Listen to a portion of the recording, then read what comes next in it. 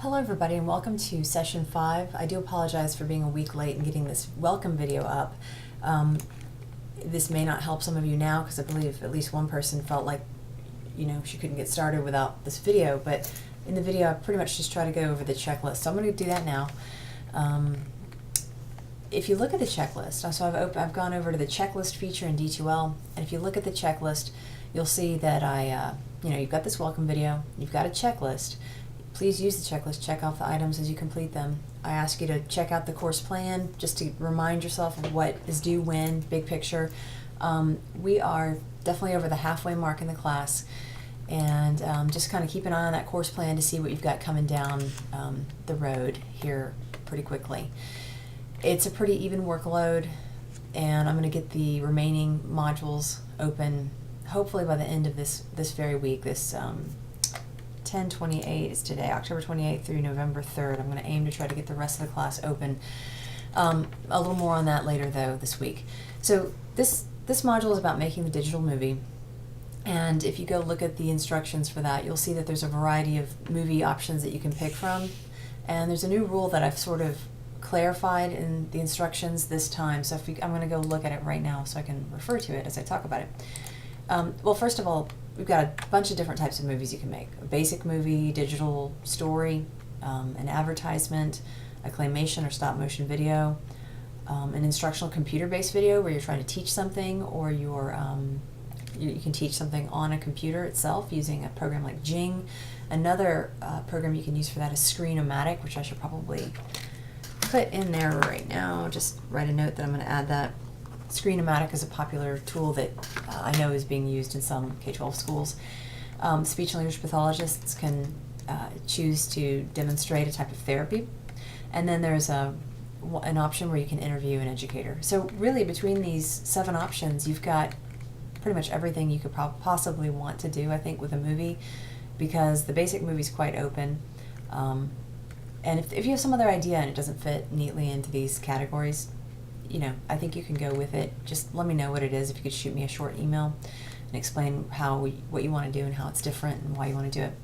So the main new rule for this semester, not that you care about previous semesters, but the main point that I make in blue on the basic movie option, and this applies to anybody, I don't want you guys to turn in a PowerPoint presentation as your movie. That means no files that end in .ppt, .pptx, .pp.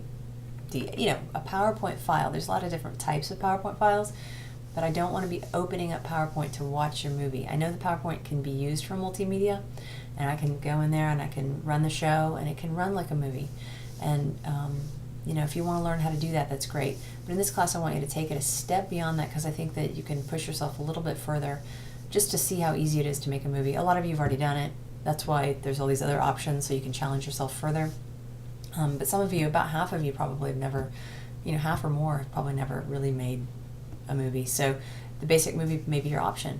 The basic movie, with that option, you can use PowerPoint as a huge part of the design process. So what you can do is take an existing PowerPoint that you've got, that maybe you've made for another class, and you can present it. And the way you do that is you save the PowerPoint as picture files. Then you slide that into the movie making program, and then you narrate it. Then you export it as a movie that goes onto a YouTube or a Vimeo website type thing. So that's the difference. You can do 80% of your work in PowerPoint, or 90%, because that's where the hard part is, honestly, is trying to figure out what is your message, what are the images you're going to use to go with this, or where are you going to put the images on that PowerPoint. And then, the easy part is exporting it, putting it into like a movie maker or an iMovie or a photo story type of program. That's easier, honestly, than crafting that PowerPoint. And again, you can use one that you've already made, so that saves you some time if you want. If you've never done it before, I'm trusting you to kind of push yourself according to your level. So again, the key thing is you can use PowerPoint, but you can't turn in a PowerPoint as the final thing. You can but you can use it. I can be watching a movie that's based on PowerPoint slides, but again, it's a movie that I'm watching that's streaming off of the web. Okay, so check out your options and let me know if you have any questions about that. I'm going back to the checklist now. If I can find it. Got 2 screens going here.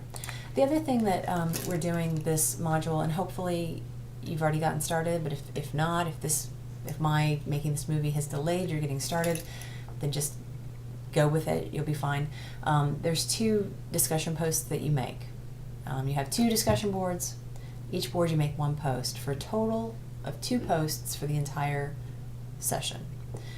So part 1, it's just basically a 2-part thing where in the UBD analysis part 1, you're going to address a prompt and consider the way you're going to choose a lesson plan that's already been made, or a unit plan, should I say, and you're going to sort of analyze it using the Understanding by Design standards, and you're going to think about ways in which you can put technology in it. And then in part 2, you're going to look at someone else's analysis of that plan and sort of compare yours to it.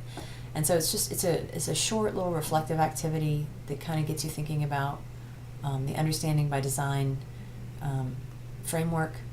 And the reason that's going to become useful in the following module is because you're going to actually go out and select a unit plan to analyze, again using the UBD framework. And so this was just sort of a warm-up for that. Okay, so you make 2 posts total, and it's okay if you do them both here in week 2, that's fine. I know that I was late getting my little video out, so that's fine. So just do your part 1 first, then do your part 2. And it's just to kind of get the wheels a-turning about how you use that Understanding by Design framework, and then you're going to get to use it and apply it towards some lesson plan, unit plans that you find on the web in the following session. And then the Voices from the Field. If you would like to watch the short video with Eric Langhorst, he's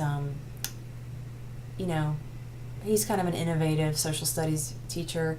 I like middle school examples because it's sort of that middle point between early childhood folks and high school.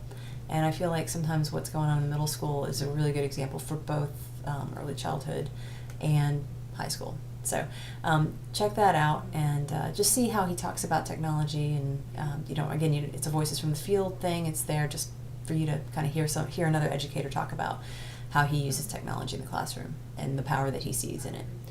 So that's it for this module. Let me know if you have any questions. I am making this video on October 28th. It's a Monday, and I'm going to be in California this whole week, basically starting early tomorrow morning. So I'm not going to be in my office this week. I'm going to post the office hours to the class here in just a bit, but I will be accessible to you.